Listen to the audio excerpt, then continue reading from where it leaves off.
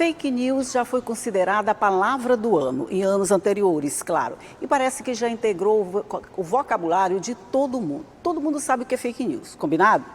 Não é bem assim. E sobre isso, está sendo lançado o livro, que é o meu convidado de hoje, o autor desse livro, para falar um pouquinho sobre essa palavra que todo mundo conhece, mas que nem todo mundo sabe o que é. Quem conversa comigo agora é o juiz Paulo Brasil Menezes. Bom dia. Bom dia, Elda. Tudo bem? Bom dia, telespectador. Seja muito bem-vindo. Muito obrigado. Fake news. Fake news já foi em anos anteriores considerada a palavra do ano. Sim, exatamente. Mas o que é exatamente fake news, doutor? Bom, fake news, muitas pessoas têm o conhecimento de dizer que fake news são notícias falsas ou notícias mentirosas, né? Porém, existe um fundamento que conceitua fake news como notícias que também inicialmente começam como se fossem verdades, ou seja, notícias que são baseadas em fatos reais. Vou comentar aqui com a senhora. 90% das pessoas que estudam fake news entendem que fake news são notícias que sempre são mentirosas. Isso. Mas existem notícias que são reais, que são baseadas em fatos reais e que depois perpassam por um processo de transformação, de falta de contexto, de manipulação, se tornando uma notícia fraudulenta. Aí você pode falar, mas então se ela passa por um processo de manipulação, ela se torna uma notícia falsa. Pode se tornar uma notícia falsa depois, mas inicialmente o fato foi verdadeiro. É mais ou menos aquilo. Você me diz uma coisa, eu digo para alguém, que diz para outro alguém, que vai passando adiante e ao longo do tempo ela pode ir tomando novos caminhos e se desvirtuando um pouquinho daquilo por onde começou? Exatamente, até porque nós temos dois tipos de disseminação de fake news. Existe o elaborador das notícias fraudulentas, que via de regra são empresas de grande porte, né? Muitos falam do Vale do Silício e outros mais. Essas pessoas, esses agentes que elaboram fake news, eles têm uma decidibilidade, eles sabem aonde vão as notícias adentrarem no conhecimento das pessoas. Mas nós, sociedade civil organizada, muitas vezes passamos mensagens que sequer analisamos. Analisamos que é a veracidade dessas mensagens, o que acontece fazendo com que a notícia fraudulenta ela seja transpassada sem o devido cuidado. Então, nessa transpasse, a gente muda o contexto de determinado fato, mudamos uma determinada ideia e por aí as notícias vão se desorganizando na mente das pessoas. Mas eu também posso fazer de propósito, né? Eu posso pegar uma notícia que eu escutei, ela não me interessa daquele jeito, eu posso passar ela de uma outra forma, deliberadamente, não apenas tirando do contexto. Exato, a notícia ela pode ter essa intenção. O agente ele tem uma intenção, né, uma volição, né, de encaminhar uma mensagem fraudulenta até uma outra pessoa ou até um nicho social para conseguir determinado fim, determinada finalidade. Assim como também tem o que perpassa, o que transmite a notícia sem saber que ela é uma notícia fraudulenta. Eu acho que desde o processo eleitoral passado, a gente passou a conviver muito com essa palavra, fake news. Dizia-se que existiam uns robôs programados para espalhar determinadas notícias, notícias falsas para prejudicar candidato A, candidato B. Isso é uma coisa que existe no processo eleitoral, só no processo eleitoral, existe em outras determinadas situações com a ajuda da imprensa. Como é que ela acaba se disseminando? Bom, as notícias fraudulentas, elas têm maior incidência de visibilidade no prélio eleitoral. Existiram dois marcos no contexto global que deu uma visibilidade ou que concedeu uma dimensão às notícias fraudulentas, né, que seria o melhor termo para tratarmos as fake news. Isso. Primeiro foi a eleição de Donald Trump e segundo o Brexit, né, que se relaciona à saída da Inglaterra da União Europeia. Com essas duas notícias, com esses dois fatos, na verdade, as fake news elas obtiveram no contexto global uma incidência muito grande, porque as notícias fraudulentas elas não são novidades no mundo, mas existe uma novidade no mundo que faz essa propagação e que é o final da sua pergunta, que são as redes sociais. Os dutos comunicativos que espalham fake news são exatamente as redes sociais, porque as redes sociais, Elda, todos têm acesso à internet, ao tempo que veio democratizar os espaços de participação, também traz esse lado um pouco obscuro, que cada um tem no seu celular uma possibilidade de falar, de se expressar e de encaminhar um fato. Lembrando que fake news, precisamos separar o que é fato e o que é opinião. As notícias fraudulentas são disseminações de fatos que levam a interpretações, a opiniões. A opinião sozinha, ela não pode ser uma fake A opinião news? sozinha, ela está albergada pela liberdade de expressão, que é um direito fundamental. Mas veja, sua pergunta é muito interessante, porque a minha liberdade de expressão, a minha liberdade de manifestação, quando eu perpasso, quando eu encaminho um juízo de valor meu, uma impressão que eu tenho sobre determinada situação, eu preciso adentrar em outro direito fundamental, que já passa a ser o quê? O direito à informação. Liberdade de expressão é a liberdade que eu tenho de me manifestar. Quando eu encaminho essa informação para outra pessoa, eu estou fazendo a minha liberdade de informação. Só que a liberdade de informação ela tem duas facetas. A liberdade de informar, que é uma liberdade pública ativa, e a liberdade de ser informado. Então, ao mesmo tempo que eu informo a senhora tem o direito a receber uma informação verdadeira. A senhora tem o direito a receber uma informação lícita, uma informação real. Quando essa informação deste fato que eu divulgo chega a outra pessoa de uma forma descontextualizada, de uma forma falseada, de uma forma fraudulenta, eu não estou abrangendo o direito de informação por completo, porque na categoria passiva do direito de ser informado, eu não estou conseguindo passar a informação correta. Quem passa opinião, por exemplo, vamos pegar jornalistas, Sim. Imprensa de uma forma geral. Quem passa uma informação ou uma opinião, na verdade ela está dizendo o que ela pensa a respeito daquilo, mas ela pode deliberadamente querer induzir quem está escutando ela ou quem está ouvindo a pensar de uma forma diferente do fato em si. Então ela já passa a opinião dela de uma forma bem deliberadamente errada, ou negativa ou mais positiva, de acordo com o objetivo. Nesse caso, a responsabilidade de filtrar essa informação é de quem está ouvindo. É de quem está ouvindo, mas veja, a pessoa que está elaborando um fato, né, ou uma informação, ela tem o dever dela de cidadão de passar uma informação correta. E aí a sua pergunta nos remete a tratarmos de qual é o papel das instituições na defesa da informação.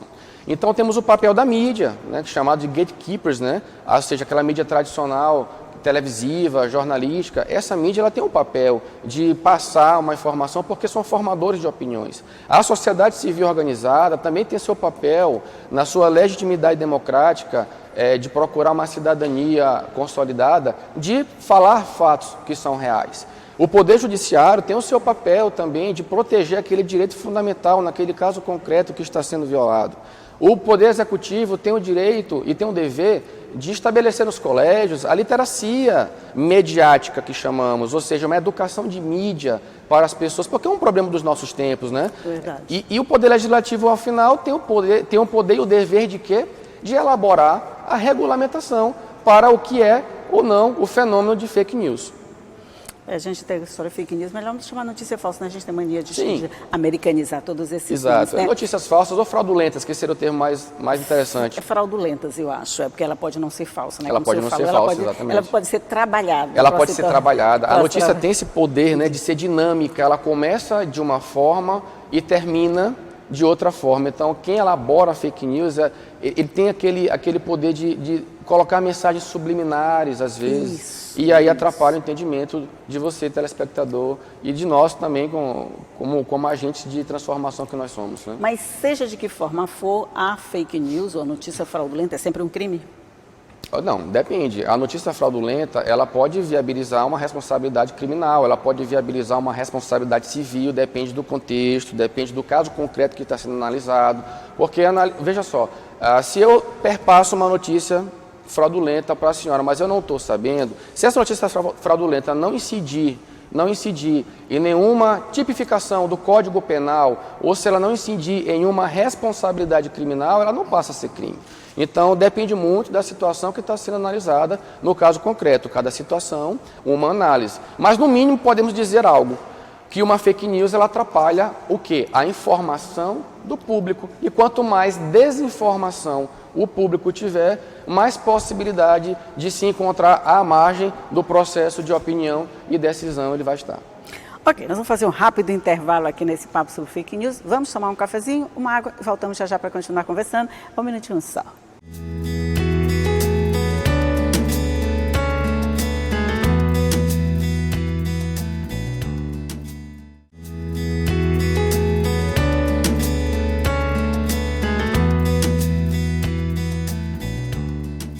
Já estamos de volta conversando aqui sobre fake news, ou melhor, sobre o lançamento de um livro sobre fake news com o juiz Paulo Brasil Menezes.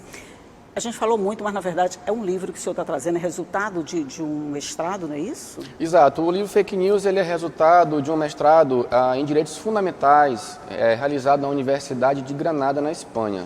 A oportunidade que eu tive de fazer um trabalho de conclusão de curso, que depois foi se modernizando e foi aumentando, ficando um pouco mais pesquisado, até que saiu essa possibilidade de publicar e trazer ao telespectador novos entendimentos sobre as notícias fraudulentas. Esse é o primeiro livro? Sim, é o meu primeiro livro. Posso ver? Sim, inclusive isso aqui é um exemplar que estamos lhe presenteando, né, para que... Muito obrigada. Na verdade é fake news, modernidade, metodologia e regulação. É tudo isso, Exato, né? porque nós trabalhamos as notícias fraudulentas em 3 contextos. No contexto da modernidade, no contexto da metodologia e no contexto da regulação. Posso falar por quê? Isso. O primeiro contexto, que é o contexto da modernidade, trata das relações entre as fake news e a democracia, as notícias fraudulentas e os direitos fundamentais, como nós estamos vivendo momentos de paradoxos na modernidade, porque a fake news, como ela tem sido proliferada, é um problema, é um paradoxo da modernidade, dos novos tempos, né? E o segundo viés, a segunda seção, que trata da metodologia, a ideia foi compilar os principais elementos, concepções de fake news, características, né, modalidades, tentar estabelecer um núcleo semântico, dizer o que é uma notícia fraudulenta sem deixar um tema fechado, porque o tema ele se regenera, ele se movimenta, ele se dinamiza a cada momento, e também traz algumas finalidades. E o último capítulo, que trata da regulação, estabelecemos alguns pontos sobre liberdade de expressão, liberdade de manifestação, a questão da regulação enquanto necessidade global, estabelecer uma legislação que trate sobre um tema tão importante e outras matérias correlatas. Agora eu pensei que fake news é um problema novo, ele não existia em tempos atrás, quer dizer, fomos nós que inventamos essa história a partir de então? Não, fake news é algo antigo, fake news é algo muito antigo. É o que eu estou dizendo, as notícias fraudulentas, as notícias mentirosas, como o público costuma entender, elas não são um privilégio dos tempos atuais. O que acontece atualmente na modernidade, que fez com que as notícias fraudulentas ganhassem um contorno muito grande, foi exatamente a eleição do Trump e o Brexit em relação à União Europeia, e principalmente as redes sociais, porque a internet, sim, é uma novidade no mundo atual, na contemporaneidade. Ela potencializou a disseminação dessas notícias. Potencializou. Veja o ouvinte que com um clique, milhões de pessoas recebem qualquer informação. Eu posso acordar, pegar um smartphone, não precisa ter um pacote de dados, eu posso ir em qualquer rede aberta, um smartphone simples, e eu posso falar nas redes sociais com qualquer um, que eu nem sei para onde vai chegar essa mensagem. Não sei quem é, não sei para onde vai. Nem sei quem é, não sei para onde vai, não sei nem que mensagem estou propagando, né? Isso aí é exatamente uma democracia que não queremos. É exatamente uma conduta de um cidadão que nós não queremos, porque atrapalha uma democracia. E a gente tem também um outro fenômeno, que é a repostagem de notícias, né? Eu leio uma notícia aqui que você falou, pego o meu telefone lá, ai, que notícia interessante, vou já postar.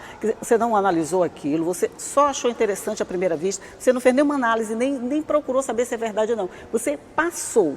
Você também está sendo conivente com essa notícia falsa, que essa notícia vai ver que foi até intencionalmente, que foi repassada, e você passa sem intenção nenhuma, só porque achou interessante. Você também está participando desse processo. Não somente está sendo conivente, como está sendo também um ator principal que está contribuindo com a proliferação de uma notícia fraudulenta. O que a senhora quis dizer, em outras palavras, não teve o fact-checking, que é exatamente a checagem, checar a informação. Quando eu recebo um fato, eu preciso checá-lo, eu preciso analisá-lo, eu preciso verificar se ele é verossímil. para que eu possa propagar para outra pessoa, né? Como é que checamos? Existem agências controladoras, agências que checam fatos. O Google tem ferramentas que você pode visualizar se existe ou se não existe um fato ali falseando algum tipo de informação. Por exemplo, desconfie quando existem informações exageradas, informações que causam repugnância, informações que mexem com a emoção. Fake news tem uma característica muito forte, que é a emocionalidade. Quanto mais emoção a notícia tiver, muito provavelmente ela vai ter um poder de impacto e de convencimento. É nesse campo, Elda, que as mentiras começam a relativizar a verdade. Existiu, na verdade, ele faleceu em janeiro, a Roger Scruton tem um livro sobre filosofia moderna. Ele trata exatamente desse paradoxalismo da verdade. Parece que a verdade se flexibiliza. E não é assim, a verdade existe. A integridade, ela existe. Mas no mundo atual, parece que está relativo. E é que você fala, mexe com a emoção, por exemplo, agora na pandemia, a gente teve muita coisa assim, dita de uma forma tão simples que parecia verdade. Por exemplo, o uísque com mel cura da Covid.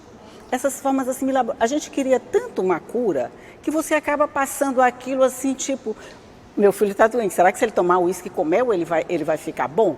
Quer dizer, você quer que aquilo seja tão verdade que você acaba assimilando a verdade de uma notícia fraudulenta. Veja a dificuldade que é de tratar essa temática, que ao tempo que na boa intenção procuramos uma resposta para os nossos problemas, nós estamos sem querer querendo, talvez, propagando e aumentando o problema.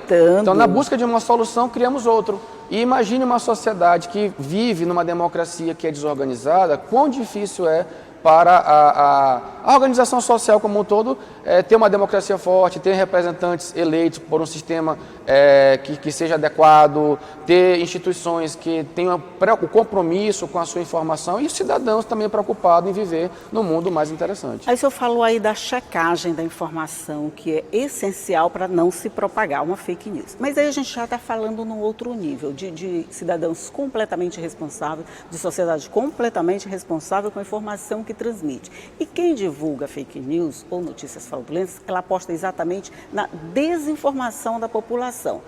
O que é desinformação? O que é informação? Ok. O que é informação? Informação, fica mais fácil começarmos da parte que é a verdade. Informação é você transmitir para outro algo que é verdadeiro. A verdade, você não pode fugir dela. A verdade, ela existe e ela tem que estar o tempo todo do nosso lado. Se eu transmito um fato que é verdadeiro, eu estou dando uma informação, eu estou mostrando e fornecendo conhecimento para o próximo. A desinformação é quando eu falseio essa verdade. A desinformação é quando eu coloco a dúvida na mensagem. A desinformação é quando eu faço uma intenção de causar na pessoa que recebe a mensagem uma desconfiança, o que atrapalha, o que cria uma instabilidade de organização social. Essa desinformação é que todos nós, sociedade civil, os poderes constituídos, a mídia, precisa combater. E quem faz isso já aposta nessa quase impossibilidade de checagem de todo mundo, alguém com certeza vai passar sem fazer a devida checagem, né? Mas, ok, fake news, a gente passaria a manhã inteira aqui falando sobre isso, mas esse é seu primeiro livro e ainda tem muitos outros projetos por aí, né? Sim, temos projetos pela frente, temos um outro livro que também já está chegando sobre diálogos judiciais entre cortes constitucionais, que é uma forma de como os tribunais constitucionais podem utilizar uma jurisprudência internacional um do outro, exatamente para resolver um problema com fake news, porque, Eldon, interessante, eu preciso até falar isso aqui, é que o Poder Judiciário, ele não tem a função de dizer o que é uma notícia fraudulenta. O Poder Judiciário, ele tem uma função residual, de proteger aquele direito fundamental que naquele caso concreto está sendo ameaçado. O poder correto, legitimado por todos nós, cidadãos, de dizer o que é ou não uma notícia fraudulenta é o Poder Legislativo, que está fazendo. Eu preciso só terminar informando que existe um PL, está em tramitação agora na Câmara, né, em Brasília, que trata exatamente desse controle. Isso. Então temos esse projeto de unir essas duas temáticas para que nós possamos trazer um contributo de entender as fake news até em nível profundo depois. Nossa ideia é continuar nossa pesquisa acadêmica, entrar no doutorado, ingressar no doutoramento para que nós possamos desenvolver pesquisas de mais relevância.